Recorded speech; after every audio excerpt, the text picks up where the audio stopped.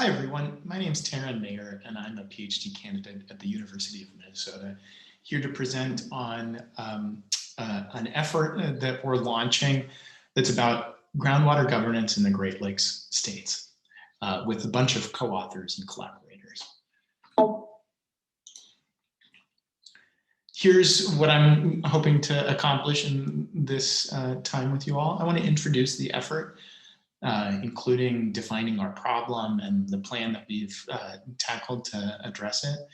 That includes a conceptual framework and some research questions that I've developed to help guide the effort. And I really want to invite you to keep in touch with us. This is, we're at the beginning of a year-long effort, and I'd love guidance, thoughts, feedback, interest in collaborating. Groundwater in the Great Lakes has been sort of a hidden issue in a sense because we're blessed with so much surface water abundance. So this effort is really about preparing for the future and really preparing for demographic and climate changes. There's a way of thinking about groundwater in the Great Lakes that almost casts it as like a hidden additional lake. There's estimates actually that show that the amount of water in the ground in the Great Lakes Basin area, so all of those colored sections which represent the drainage basins of each of the lakes, that collectively there's as much water in the ground as there is volume of water in Lake Michigan. So it's like a hidden resource underneath the ground. And in many places, it provides key drinking water sources and irrigation for agriculture and a whole set of other benefits. It's a complex system because it's connected to the water cycle, and the environmental system in the Great Lakes is this whole set of flows and stocks of water. In particular, the evaporation, condensation, precipitation sort of part of the cycle is likely to be altered as climate change impacts the region. But also all of that sort of built stuff that represents human society and economic activity is likely to change as well. That leads to a set of externalities and a set of impacts that users have on each other. This picture depicts some of the various sort of issues that might result from high capacity well pumping, everything from seawater intrusion, or in our case, intrusion of natural contaminants like radon, bedrock interactions, cone of depression, sort of facilitating well-on-well interference, a whole bunch of stuff.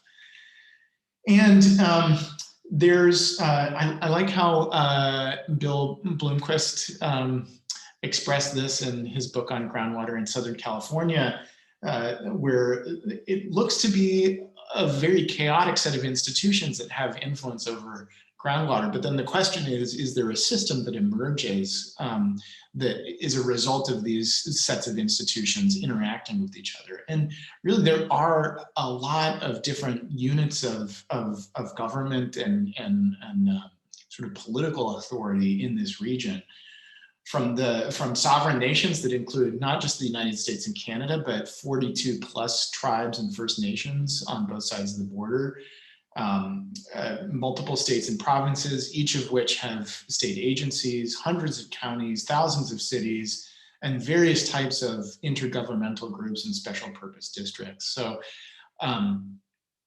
it's a lot of complexity both on the environmental and on the social end.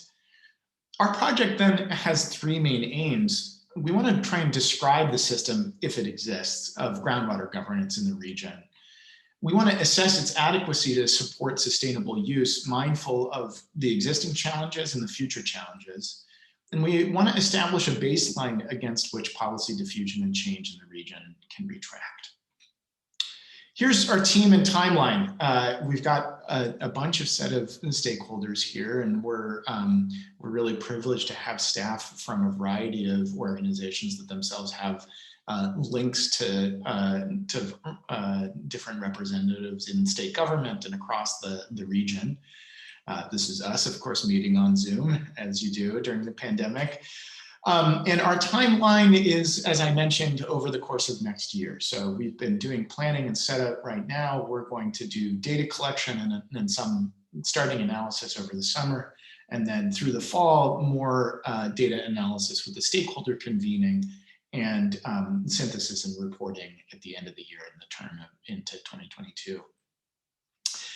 The framework now that I can explain to you it uses network concepts, and in particular, we're going to draw heavily on the ecology of games idea, and in particular, use this sort of framework to have some basic building blocks that will allow us to collect data and draw insight across a wide set of expertise represented in our team. The building blocks are actors, issues, forums, relationships, and contextual factors, and I'll go through these in sequence. Actors are people and organizations with given attributes, and in particular, we've been trying to develop a bit of a typology that would allow us to categorize these in some sort of systematic way. And we've come up with 19 right now. This is a select multiple that apply as is appropriate. But this sort of tries to drill down the kind of institutional complexity or the organizational complexity that we're likely to find. Issues are real or potential groundwater problems that demand attention from the actors in forums. And in particular, there's a set in this region. This is trying to just think about all of the known issues that have to do with groundwater, not all of which are going to apply here per se. A lot of them have to do with there being too little. Reduced surface water flows or levels, increased pumping costs, changes in surface water temperature can be the result of less base flow from the ground reaching a local stream. There's also a set of issues that just have to do with things being too different. So alterations of flows of groundwater can introduce new contaminants that weren't previously a problem. And there's also in our area, and because we're a water abundant region, there are problems with too much as well.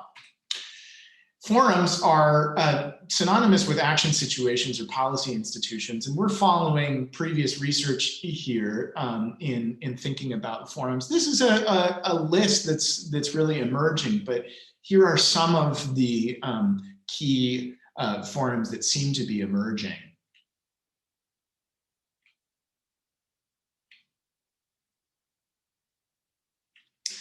There are a variety of sets of relationships in this kind of a framework. Relationships not just between actors and actors, which are the understandable sort of natural social network kind of concept, but also relationships between each other type of entity that we're considering linked. In principle, we're trying to cast our net wide to, as we understand and begin to uncover the system, to try and understand which of these particular types of relationships might matter the most. Of course, contextual factors, a big one is actually the hydrogeology. As you can see, it differs quite considerably across the different states and parts of the Great Lakes region. And not only from this sort of macro scale, but also at the fine grain scale, the contextual factors can differ greatly. This is a cross-section of a hydrogeological atlas being depicted in a county in the state of Minnesota. Some research questions that we hope to be able to answer with this kind of thing, this kind of network data that we collect, is how are resource sharing relationships distributed across types of government? And what I'm going to show you is a set of what are called block models. A core periphery block model of this kind of intergovernmental structure, for example, would look like this. The squares are colored in relative to the strength of the ties between these types of governments. So in a core periphery model where the federal government or federal agencies are really at the core, there's lots of connections there and fewer connections between lower units of government. And that could be what we see in certain important dimensions of groundwater governance across the region. It could be modular, where there's lots of connections between these types of governments, but less across them. It could be dissociative, so some elements of the kinds of ties may actually be specifically bridging across types of government, or it could be just totally random. That's also a possibility. We're also curious about if we think about different types of different types of entities and think about the links between them. Are certain relationships associated with certain actor attributes, like what type of organization they represent, or vice versa? Are certain types of attributes more likely to emerge in the presence of certain types of ties? Do relationships of one sort predict relationships of another? So if folks share an aquifer, for example, are they more likely to be discussing policy innovation with each other? We also want to use the Ostrom design principles and operationalize those into our assessment. This is inspired by work that uses these principles in a sort of diagnostic kind of sense.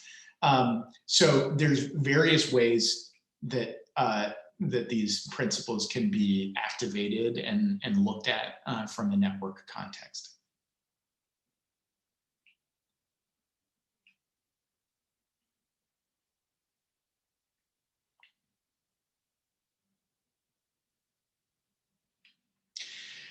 And finally, we really want that our study to create a baseline for future study. So in particular, I've just depicted the sort of state and provincial level here. These ties are totally fake data, but the thought being that if we understand how policy actors and policy innovators across these states are connected, we might be able to see over time, as new policies around groundwater management are adopted, we might be able to infer how that policy innovation has diffused across the area.